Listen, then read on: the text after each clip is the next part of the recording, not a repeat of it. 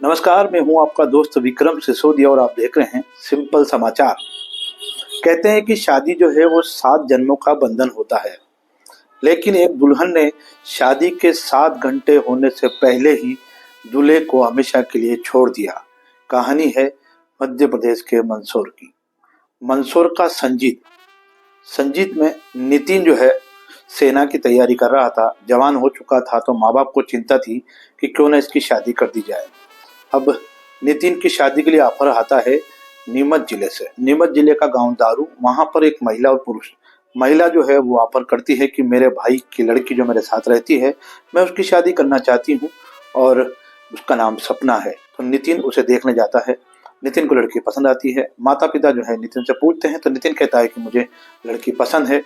जो लड़की की बुआ है सपना सपना की बुआ कहती है कि मेरा जो भाई है वह चित्तौड़गढ़ जिले के कपासन में रहता है और मैं इसकी शादी जो है मेरे ही गांव जहां मैं रहती हूँ, गांव दारू, यहीं से मैं इसकी शादी करूंगी। तो नितिन के माता पिता सहर्ष स्वीकार कर लेते हैं कि चलो बुआ शादी करना चाहती है तो ठीक है। अब वो बुआ जो शर्त रखती है वो नितिन के माता पिता को थोड़ा गले नहीं उतरती है, लेकिन बुआ बुआ जो है वो कहती है कि मैं सपना की शादी जो है वो 1 महीने के अंतराल में करना चाहती हूँ। तो नितिन के माता पिता जो है वो हाँ नहीं कर पाते। तो दारू की रहने वाली जो बुआ है वो कहती है कि अगर आप हाँ नहीं करते हैं तो मैं दूसरी जगह सगाई करूंगी और इसकी शादी जो है फिर भी 1 महीने के अंतराल में ही करूंगी। तो नितिन के माता पिता सोचते हैं कि अच्छी लड़की है, संस्कारी दिख रही है और बातचीत करने में भी अच्छी है, नितिन को पसंद आ रही है, तो चलिए 1 महीने के अंतराल में शादी करते हैं। तो 21 मई को शादी तय होती है।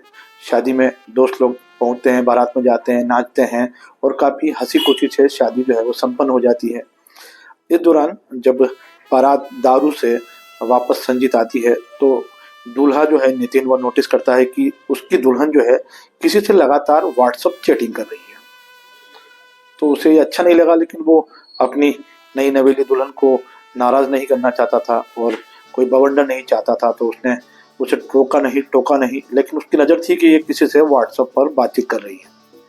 अब होता यह है कि गांव में जब दुल्हन पहले बार अपने ससुराल पहुंचती है तो उसे सीधे तौर पर ससुराल नहीं ले जाया जाता और उसे किसी पड़ोस में रिश्तेदार के यहाँ उतारा जाता है और वहीं से फिर दुल्हन को ढोल ढमाकों के साथ घर ले जाते हैं। उसके बाद गृह प्रवेश करवाया जाता है।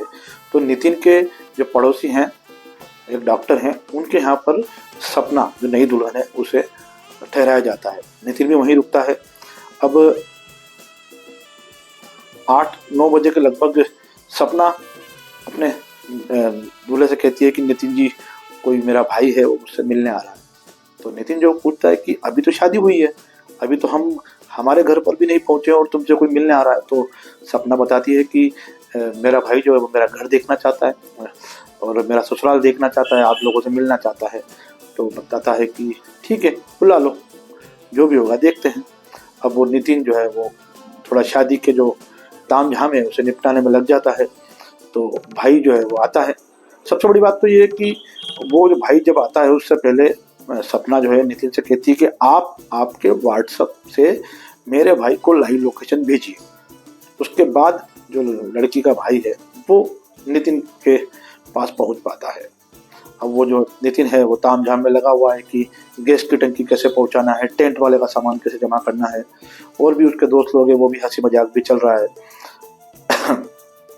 अब होता यह है कि लगभग 11 बजे नितिन जब अपने उस जगह पर पहुंचता है जहां पर दूल्हा दुल्हन को ठहराया गया है,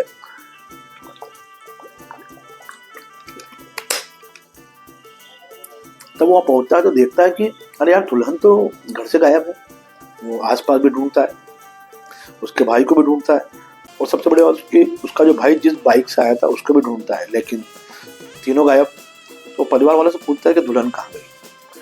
जो परिवार वाले हैं वो भी पूछते कि हाँ कहाँ गई, क्योंकि नितिन के साथ में ही थी।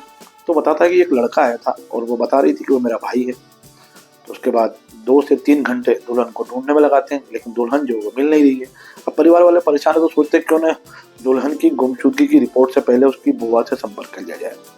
उसकी बुआ को फ़ोन लगाते हैं, उससे पूछते हैं कि कोई लड़का आया था मिलने के लिए और वो बता रहा है कि मैं उसका भाई हूँ। तो हमने उसको घर में आने दिया और अब तीनों गायब है। तो उधर से जो जानकारी सामने आती है कि वो जो लड़का है वो दुल्हन का भाई नहीं है और वह दुल्हन का कोई पुराना आशिक है और कुछ ही दिनों पहले जेल से छूट कर आया है। तो दूल्हा और दूल्हे के जो परिवार वाले हैं वो सब परेशान पुलिस थाना नाहरगढ़ पहुंचते हैं और रिपोर्ट लिखाते हैं कि दुल्हन जो है वो गायब हो गई है। तो ये क्लियर हो चुका था कि दुल्हन जो थी वो उस लड़के को जो जिसके साथ वो गई है उसको प्यार करती थी, उसे चाहती थी। लेकिन सबसे बड़ी दुखद बात यह है कि उसने जो एक खेल खेला नितिन के साथ, नितिन के परिवार वालों के साथ, वो जेवर लेकर भी चली गई, मंगलसूत्र भी लेकर चली गई। और सबसे बड़ी बात है कि जिस दुल्हन के भेष में उसकी बुआ ने उसे विदा किया था वह ड्रेस पहनकर ही वह उसके प्रेमी के साथ फरार हो गई।